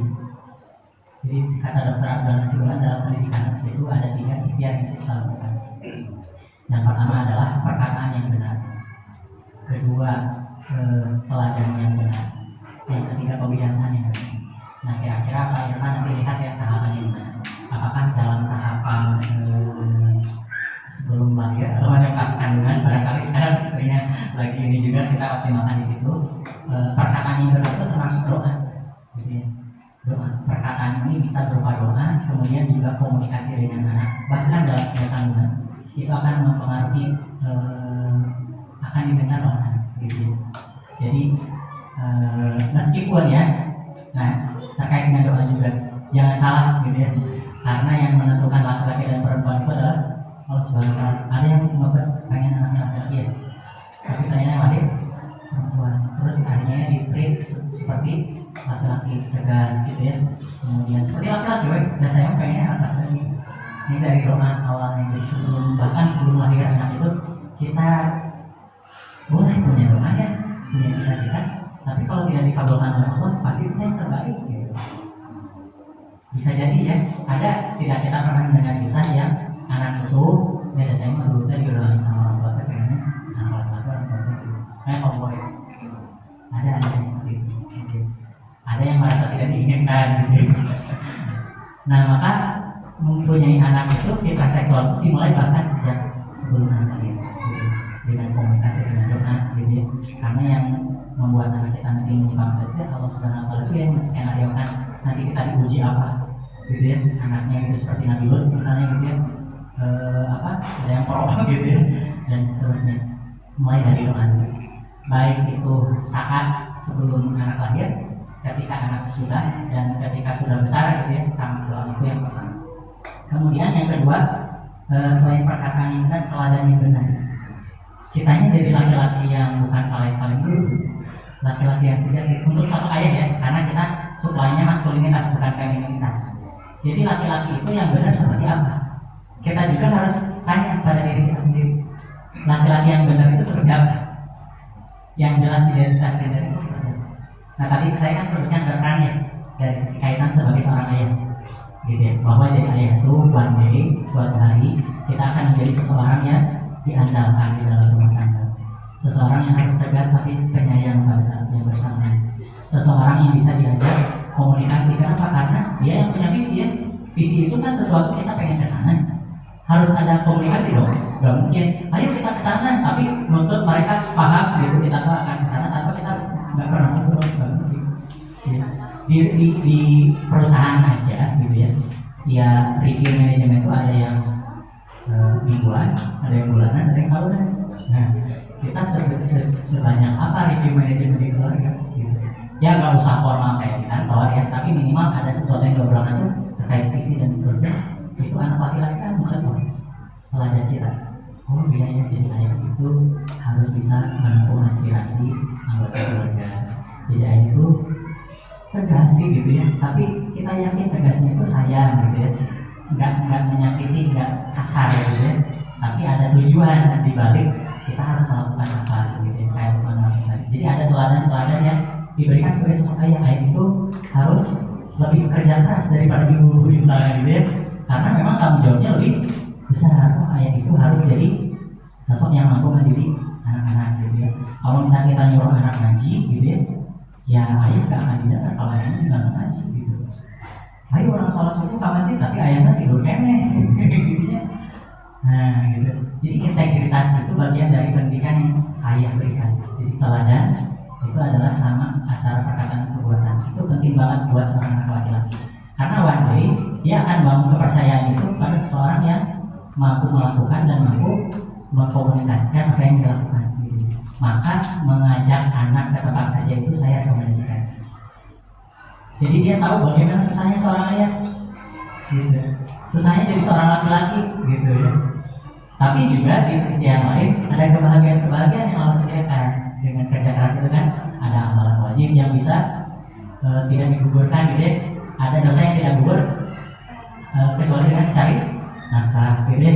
Berarti kalau kita banyak dosa, cari nafkahnya sih semangatnya gitu. Dan semakin kita mencari nafkah untuk keluarga dalam rangka lillahi ta'ala, berarti kita dosa-dosa kita semakin gugur gitu. Anak itu perlu banyak dialog Pak, perlu banyak dialog. Oh iya laki-laki itu perannya gini gitu ya. Oh susahnya gini gitu ya. Senangnya seperti ini. Bahkan ke tempat kerja itu sangat berkesan banget. Coba kiranya. Tapi ya tentu dengan seizin perusahaan ya. Tiba-tiba dibawa anak terus kita nggak minta izin dulu, itu juga jadi bumerang gitu kan. Tetapi yang misalnya entrepreneur gitu ya, apalagi yang cuma bisa lebih fleksibel, ajaklah anak itu supaya mengenal medan perang ayahnya. Oh jadi kayak gini ya, gitu ya. Baik secara tampilan, nah ini udah masuk ke teknis banget ya. Secara tampilan seperti itu, secara gaya bicara seperti ini, gitu ya. Tampilan juga barangkali harus kita jaga, gitu ya. Kalau di Islam kan jelas batasnya kita itu ya tidak pakai jilbab, gitu ya. Atau pakai pakaian perempuan, itu batas yang paling jelas buat anak. Kemudian yang kedua, yang menyerupai deh pokoknya, yang menyerupai perempuan. Usahakan kalau kita masih ada sesuatu yang menyerupai itu ditinggalkan, karena kita ngasih teladan. Anak lihat dulu gitu. Oh ayah juga suka pakai itu kalung metal gitu ya, perempuan gitu yang tidak dengan perempuan. Atau misalnya suka pakai kutek gitu ya, mungkin ya kalau di sini ya. Maksudnya aksesoris perempuan yang itu jelas perempuan gitu. Kita tinggalkan gitu. Kemudian juga dari sisi cara bicara ya. Jadi tunjukkan bahwa kita itu memang seorang laki-laki gitu. Karena kan ada misalnya ketika kita bicara itu gaya bicara itu menyesuaikan dengan pesan yang kita ingin sampaikan gitu. Ketika itu tegas ya tegas saja, jangan jadi lembut gitu sama anak gitu. Maksudnya dalam arti tegas itu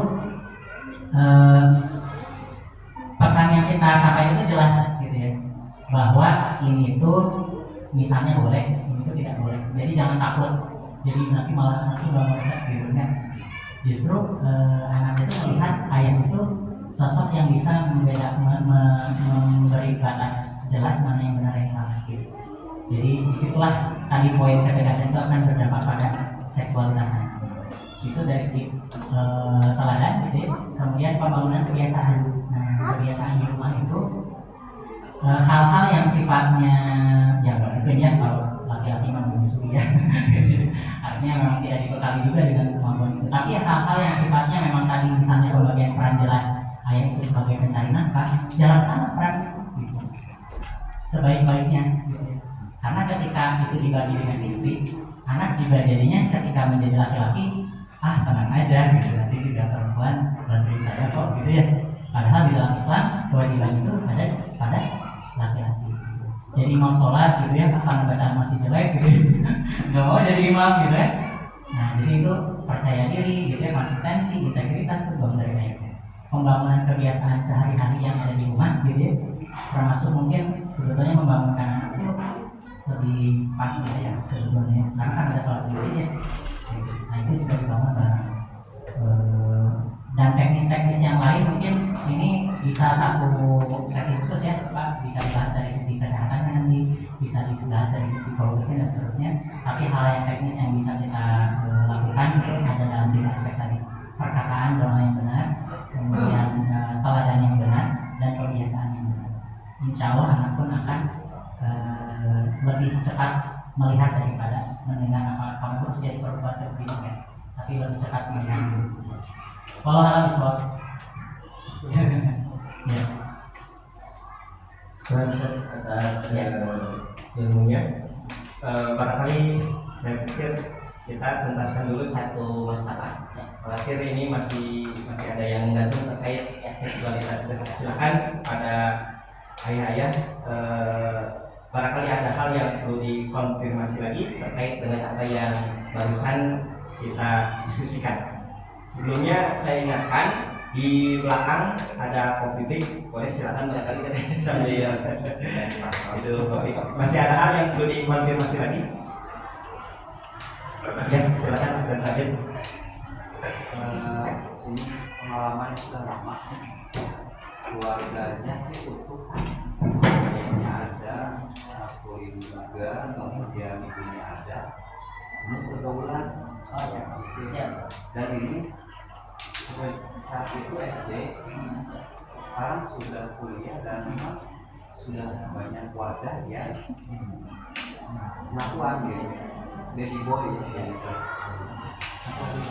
Jadi dengan orang tuanya juga sulit. Nah ini sudah terjadi, itu kita jangan tahu karena tidak ada pengalaman seperti apa. Dan itu anime ya, sekarang ada wadahnya banyak sekali. Kemudian yang apa tuh yang sudah pakai itu ya dulu tuh yang kami sepatu bejun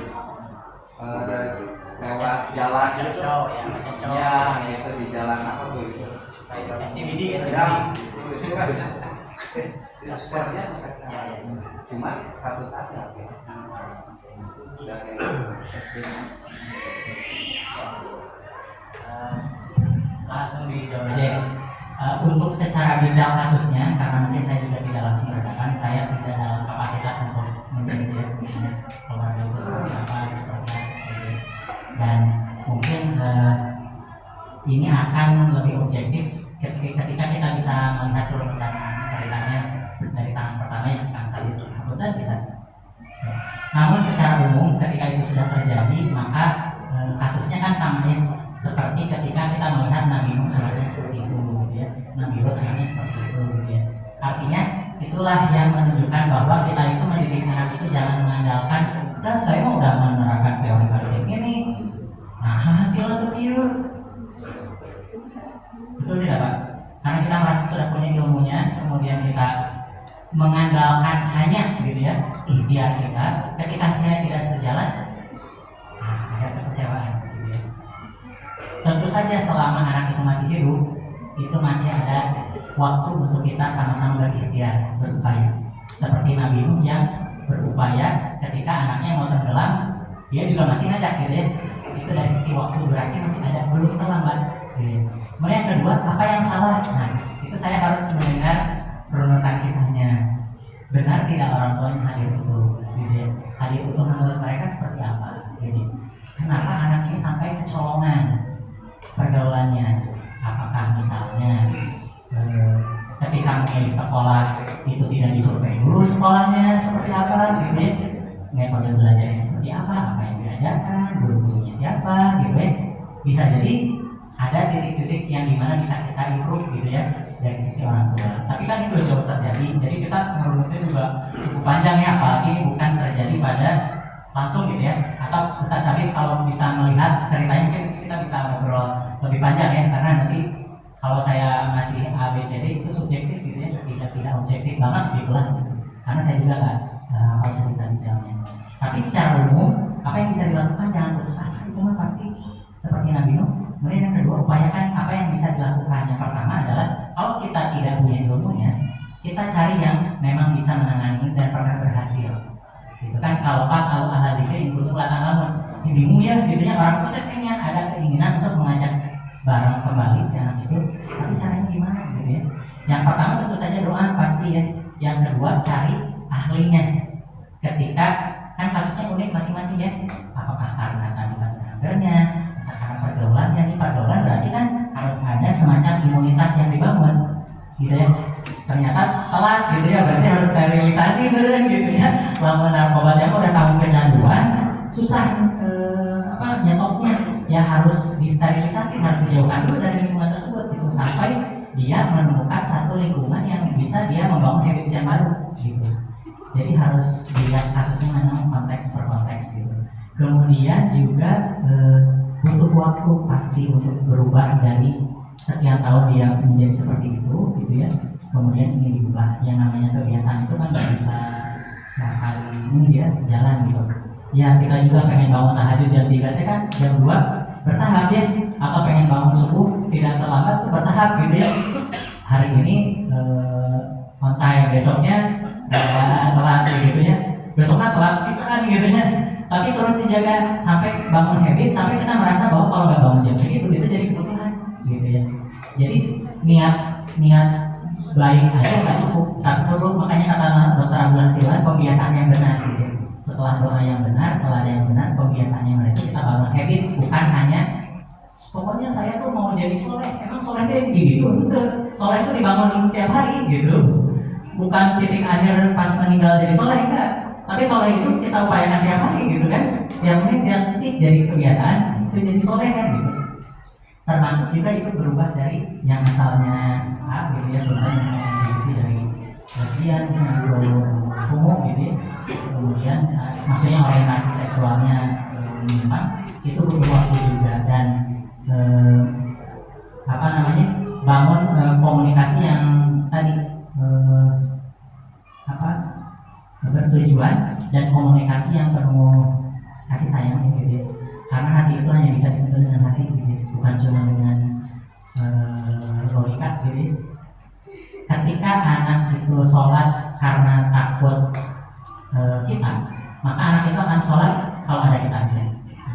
Tapi kalau anak itu karena cinta Allah gitu ya, dan mencintai kita sebagai orang tuanya yang mengajarkan kita sholat, itu akan beda takutnya. Takutnya itu takut mengecewakan gitu ya, bukan takut dihukum gitu. Nah itu saya tidak bisa objektif sekali lagi menilai orang tua yang ini sudah sebagus apa komunikasinya ya. Tapi dengan dia lebih memilih teman-temannya untuk menjadi A, berarti kan ada komunikasi yang mungkin ketika dia bingung ya, ini ada perilaku seperti ini mau dengan siapa gitu. Nah itu mungkin yang celah-celah yang mungkin bisa kita antisipasi untuk ayah yang sini ya. Tapi kalau sudah terjadi mah itu ada penanganan khusus memang biasanya gitu ya. Kalau di Indonesia itu ada kasih Egi namanya, yang kasih Egi ya, di googling aja ayah muda si Egi, pasti dia itu memang di situ konsernya tiap hari. Kan kalau saya nggak tiap hari, misalkan ada yang ngaji terus sebagai konselor ataupun saya certified ahli di situ enggak gitu. Tapi ada cara saya yang bisa kita optimalkan. Itu ada kasih Egi, dan kami juga pernah mengundang untuk pendidikan kita seksualitas gitu. Termasuk di dalamnya nanti kalau masalah fikih maka udah masuk ke tarbiyah jinsiah yang betul-betul tadi kaitannya dengan bapak ya, pemisahan tempat tidur gitu ya. Kemudian ada juga menjaga aurat ya, menjaga aurat dan seterusnya, kebersihannya, ataupun kalau modelisme itu ngajarin misalkan mana bagian yang boleh disentuh, mana yang tidak boleh disentuh gitu ya. Ini kaitannya dengan perilaku penyimpangan seksual dan tidak kejahatan seksual gitu. Kemudian juga ada tadi misalnya ketika mau pubertas kita siapkan komunikasi dialognya gitu ya. Kalau dia nanya gini kita harus jawab gimana, kalau dia nanya begitu harus kita jawab gimana. Karena anak-anak itu kan polos ya nanyanya ABCD terkait tentang perilaku seksual, tapi kita karena sudah parno duluan jadi reaktif jawabannya kayak gitu. Tahu nggak ML itu apa? Padahal Mobile Legends bukan ML itu gitu ya. Nah kalau kasihnya gitu, oh kamu dengar dari mana ML itu gitu ya. Yang kamu dengar seperti apa ML-nya? Oh iya, teman-teman tuh rame gitu ya ML. Pokoknya mereka di HP-nya itu ada gitu ya. Oh bukan itu ternyata gitu. Jadi kita jangan jawab langsung kayak gitu gitu kan. Oh ML itu, oh iya Mobile Legends, oh iya ayah juga tahu sih, misalnya teman-teman ayah juga suka pada main ini, oh gitu loh gitu. Kalau nggak tahu, ayo kita sama-sama cari tahu gitu ya. Itu anak dibiasakan bahwa punya kita tuh memang bukan sumber segala tahu gitu ya. Tapi yuk kita sama-sama cari tahu, terus batasannya apa? Apakah hal ini tuh awal cinta atau tidak? Nah, makanya 0 sampai 7 tahun pertama yang gue bilang cinta kepada Allah, cinta kepada Rasulullah, ya pokoknya iman ya. Cinta kepada kita Allah, Rasulullah dan seterusnya dikenalkan. Kan orang nggak bisa langsung cinta tanpa dikenalkan. Tahapan itu ta'aruf dulu kan gitu ya, baru tafahum, baru ta'awun, kenal dulu, baru saling mengerti, saling paham. Kalau sudah saling paham, baru bisa saling membantu gitu. Nah ini mudah-mudahan pola-pola ini bisa kita terapkan gitu ya. Orang kita dagang aja kan harus know your customer ya. Kita mau menawarkan satu produk gitu ya, kan harus know your customer dulu, harus tahu customernya ini bakal beli produk kita atau enggak. Kalau enggak mah ya jangan ditawarin gitu. Ambil dulu hatinya gitu ya, baru kita tawarin. Ibarat gini, kita mau ngenalin sholat itu wajib nah gitu ya, kita jadi marketingnya kan gitu, sholatnya ABCD, tapi kita nggak kenal anak kita gitu. Cara ngomongnya harusnya gimana sih kalau sama anak yang A gitu ya, kalau sama anak B gitu ya. Oh dia tuh sukanya ini loh, dia jalan-jalan kata tukangnya kata bawa gitu ya. Bisa kan ngajarin sholat sambil kita fun gitu ya. Makanya Luqman itu di perjalanan kan gitu ya, ada dialog-dialog yang dibangun di perjalanan. Salah satunya itu adalah membangun tadi komunikasi yang hangat gitu ya. Nah saya sekali lagi disclaimer, Ustaz Sabit tidak bisa menilai secara objektif bagaimana pola yang sudah terjadi. Tapi jika itu terjadi maka kita yang pertama berhenti pastinya, kemudian pola komunikasi juga cari expert yang memang pernah bisa maksudnya mengikhtiarkan dia untuk kembali ke jalan yang benar.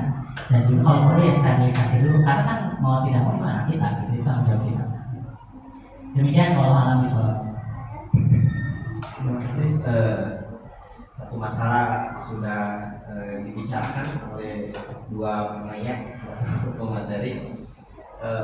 Mohon maaf sekali, saya yakin di benak para ayah masih banyak yang ingin disampaikan dan didiskusikan, tapi nampaknya kita juga terbataskan waktu.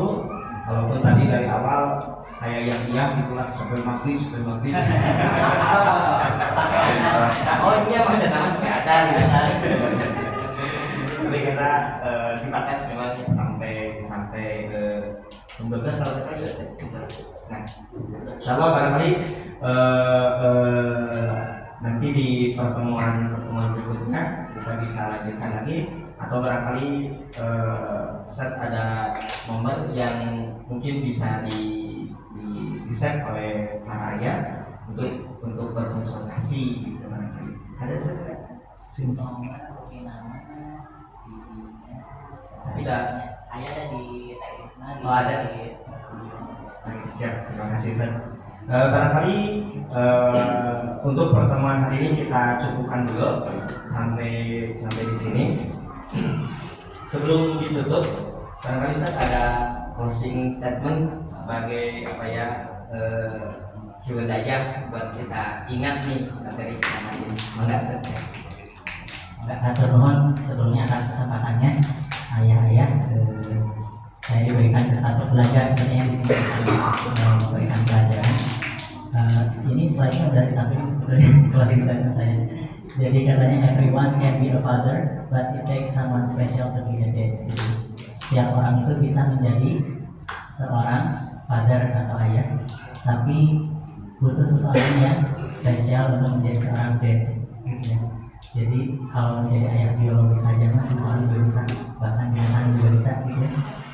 Punya anak gitu kurang lebih, tapi mempunyai anak menjadi ayah yang hadir utuh dan sadar penuh itu butuh kesungguhan dan butuh seseorang yang spesial yang dipilih oleh Allah Subhanahu Wa Taala. Mudah-mudahan kita termasuk salah satu di dalamnya. Ustaz, atas materinya, atas ilmunya.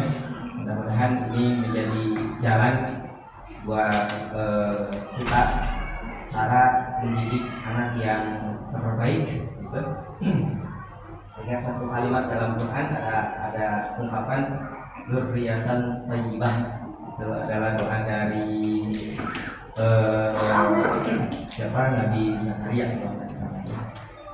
Baik, untuk selanjutnya saya barangkali kembalikan kepada Ustaz Firda sebagai penata acara. Untuk pertemuan ini saya cukupkan. Robbana la tuzigh qulubana ba'da idh hadaytana wa hab lana min ladunka